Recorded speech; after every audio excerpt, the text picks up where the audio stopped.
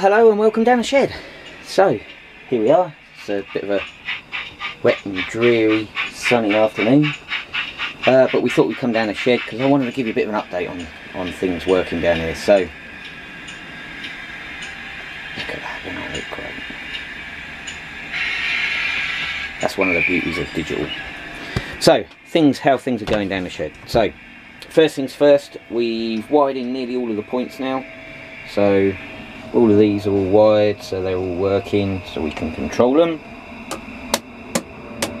Lovely. We've got our control panel. So control panel's there. It's not perfect, but temporarily it will probably do for the time being. So we've got the track plan on here. You can see, so platform, station. Over here we've got a head shunt, and over here we've got sidings. So it is pretty easy to operate, very similar to Eldine. Just tap on there, stud and probe, very easy. I quite like the simple method, it works for me. There are different ways of doing it, but I quite like the simple method. I'm not the best at electrics, and I find that's very easy to set up. So I'm going to give you a brief look at how I've wired in the points. So this video is going to show you just an update on the layout, but the first thing I want to show you is how I've wired in the points. This is my method. Like I say, by no means is the only method, but it does prove to be quite reliable. So for those of you that aren't digital or have never done this before, just a quick explanation on the points themselves. So we're using, and I'll tell you what, let's put you over here, let's go over here, let's set you up over here, there we go. So we are using Pico code 75 points, and they are electrofrog. So that means that that area there is all metal. There's no plastic gap in the middle. So this is how I wire in these points for digital operation. So if we turn the point over, in this gap here, when you buy them, there is a joiner that goes between the two. So that effectively makes that wire live to that one. Now what it does is this whole point here then changes polarity from your switch point, from your blade here. So it will transfer your voltage from there over to there, and then to that point there. Because that blade is not touching, there's no short circuit. What it does mean is, if you've got any dirt or grit in there, you lose electrical contact. So to overcome this, what we do is we break that connection there. Okay, I then solder a joint between that rail and that rail. Now when it's ballasted, you can hardly see it. It doesn't stick out at all. So that is always permanently joined to that rail. That rail is always permanently joined to that rail. That means that that whole section there needs to change polarity depending on the way we switch the point. So you can see we've got the point motor on there. Now I use just Pico point motors, to be honest, whatever I can get cheap. Again, these tend to be quite reliable. I haven't had one go wrong on me yet, touch wood. On top there is a switch. Now that switch operates from the rod that goes from the point motor, goes all the way through into the switch itself. You can see we've got 3 connections, 1, 2 and 3. This one joins directly to your frog, so that wire goes directly to there. These 2 go to your track, so you take a dropper from there, join it to that, a dropper from there, join it to that, so that it doesn't matter which way you go, then that switch will take the polarity from there over to there to make that bit live. Hope that makes sense. If you've got any questions on it, give me a message and I can explain it in more detail, but I think that covers that really. So that's really how I wire in my points for digital. Gets much better running from them. Now I run quite short locos, and one of the things with digital is it must be reliable. Digital's like analog. If you've got any dirt or anything like that on the track, it just makes it very unreliable. So that's how we operate them. What I've also done is I've linked the points in. Now I've got a bit of reflection coming off of there, but I don't know if you can see. So what we've got is we've got a screw there, one there, and one there. What that means is if you tap that root there, because if you want to go that way, that root has got to receive you as well. So effectively, they will always be joined. You'll never go into there and not want to come out of there. You'll never go that way and not want to go that way. So what I've done is I've linked those 2 points on the track. So when you push that button, both of those points change and you can get a route going through. Similar with that button there. So if you push that button there, that point and that point both change. So that route goes and that route goes. Because if you're going that way, you won't want your train coming that way as well. So I've linked that one and that one together. I've done the same on the other end.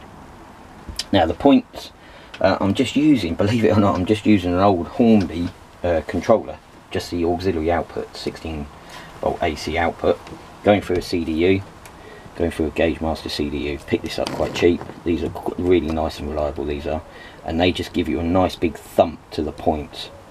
Very simple to wire in, your power going in and then your power coming out. So what I have is the earth, the ground, the common, goes off round the track, goes off to all the points, and then all of the firing sides come back up to this panel here. I'll take my positive and then just tap it where I need to go. The good thing is with this CDU, because it's got quite a bit of punch, it can actually fire 2 points at the same time. I haven't tried it on 3. I don't know whether it'll do 3 points at the same time, but the 2 points on there throw quite reliably off that. Okay, so we've got the all of those wired in at the moment. The remaining job is for this, for the fiddle yard, but I haven't wired that in yet because I need to get some more point motors. Money's a bit short, so we've got to get some more point motors and some more of the switches as well. So the switches on the bottom as well, so we've got to get some more of them. However, you can see we started building the station. Look at that, look. So this is scratch built station. Well, I say scratch built, it's made from readily available kits, but I've made it to my own design. So you can see it's not a straightforward design, which is one of the things I wanted on here. On my next video I'll probably show you how I've made this. Not quite prepared for this one, but you can see you've got to have a little bit of overhang here, because when the locos when the wagons come through, when the carriages come through, you get a bit of overhang in the middle. So I'll show you how I've done that. Same as when you're approaching, you've got to have a little bit of leeway coming in, because you get a lot of swing on the front of the locos before they come in, and carriages. So I'll show you on that on the next video. But what else have we done? Oh, we've managed to get this side of the ramp done, and it's a very much of a compromise at the moment. Yeah, it's there and it's working, but it is a lot steeper than I really should have made it. I'm finding that I can only really run quite short rakes of wagons at the moment. I mean, that will take that round easy. Anything more than that and it might struggle. However, the beauty is I have been practicing. So down here you can see we've got 2 locos. So I have made a couple of videos without me rabbiting in the background. I've made a couple of videos. I'm going to tack these on the end. I also made another video using my little camera as well, so I'm going to tack them on the end, just so you can see trains going around, because it's always nice. So really that's as far as we got. Like I say, this side is all but done. I've got to start ballasting it. We have started ballasting over here, look. Woo-wee. Started putting some ballast in. Again, I'm going to do that on another video, because I want to show you the 3D printed baluster that my cousin made. I have to say it works flipping well. It does work well, considering it's just a 3D printed thing. It works quite well, so I'm going to use that, do the rest of the ballasting. Started painting as well. Control panels here, the actual power panels here. I'm going to have, so down here as well I've put the patch panel, so this is the connection panel for the controller. This will eventually move over here or down here somewhere, so I'll move that out of the way. I also want somewhere to put the mug as well, so we're going to make a mug station for it as well, because we don't want it falling over on the layout. Apart from that, that really is about it. I haven't really done much more than that. We have got a complete circuit. It is going all the way around, and at the moment I am testing it. A couple of things we've got to iron out. There's a couple of points that need the hardest thing with these points is, so my points aren't joined directly to the track like this. Okay, what I'm using are these, because if you do it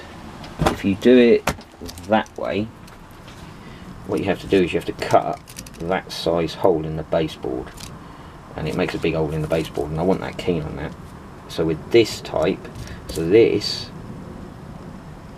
goes on top of the point, and then you just have the little rod coming through.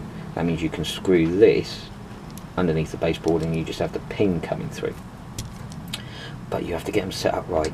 You have to get them set up right, otherwise what tends to happen is you don't get enough throw on the point, and then the switch doesn't change polarity because there's not enough throw on the switch, and you start getting dead fogs in.